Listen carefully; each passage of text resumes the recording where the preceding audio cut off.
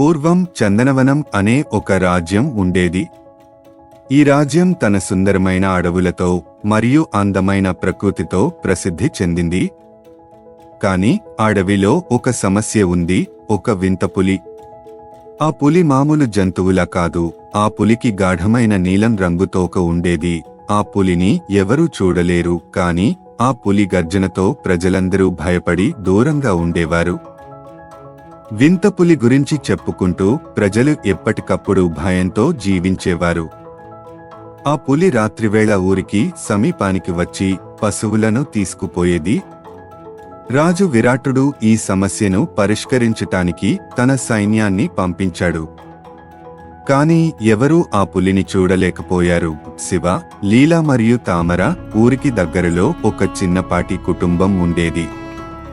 ఆ కుటుంబంలో శివ అనే యువకుడు, అతని చెల్లి లీల మరియు వారి మిత్రుడు తామర ఉండేవారు. వీరు చాలా సాహసవంతులుగా ఉండేవారు.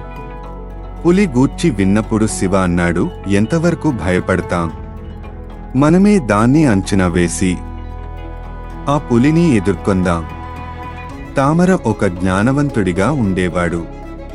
అతను పాత పుస్తకాలలో ఈ వింత పులి గురించి చదివాడు.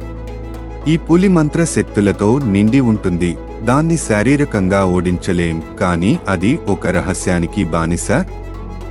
ఆ రహస్యం తెలుసుకుంటే దాన్ని పరిష్కరించవచ్చు అన్నాడు తామర.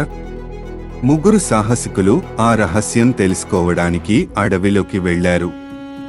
అడవి లోపలికి వెళ్లిన కొద్దిసేపటికే వారికి పులి యొక్క గర్జన వినిపించింది. ఇది సమీపంలోనే ఉంది అంటూ లీలా చెప్పింది. అప్పుడు తామర ఒక పాత శిల దగ్గర నిలబడి అక్కడ కనిపించిన లిపిని చదివాడు. ఆ లిపి చెప్పింది, వింత పులి మంత్రబలం ఒక నీటి కుంటలో దాగి ఉంది. దాన్ని ధైర్యంతో తాకేవారు మాత్రమే ఆ శక్తిని నాశనం చేయగలరు. ముగ్గురు ఆ నీటి కుంటను వెతుకుతూనే ఉండగా పులి వారిని చూసింది. అది వారి దారిని ఆపుతూ అటూ ఇటూ పరిగెత్తింది. శివ తన ధైర్యంతో ముందుకు వెళ్లి ఆ పులిని జాగ్రత్తగా గమనించాడు. ఈ పులి మంత్రం వల్లనే ఇలా ఉంటోంది. ఇది నిజమైన పులి కాదు. ఇది భయాలను ఉపయోగించి మనల్ని అధిగమించడానికి ప్రయత్నిస్తోంది అని అన్నాడు. చివరకు వారు నీటి కుంటను కనుగొన్నారు. అది ఒక సుందరమైన ప్రాంతం, కాని ఆ నీటిలో చీకటి నీడల చలనం కనిపించింది. లీలా ముందుకు వెళ్లి నీటిని తాకింది. ఆ నీడ వెంటనే పైకి ఎగసి పులి రూపంలో బయటపడింది. పులి ఆకారంలో ఒక దివ్య శక్తి బయటికి వచ్చింది. అది మాట్లాడింది, నేను వింత పులి కాదు, ఒక మాంత్రికుడు శాపం వల్ల ఈ ఆకారంలో చిక్కుకుపోయాను.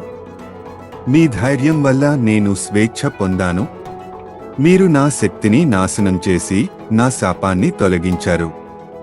ప్రజలకు హాని చేయకుండా తన దృష్టి మంచి పనులపైనే పెట్టబోతానని చెప్పాడు. శివ, లీల మరియు తామర ఊరికి తిరిగి వచ్చి ఆ పులి ఇక రాదని అందరికీ చెప్పారు. ప్రజలు వారి ధైర్యం గురించి మాట్లాడుకుంటూ వారిని గొప్ప వీరులుగా గౌరవించారు.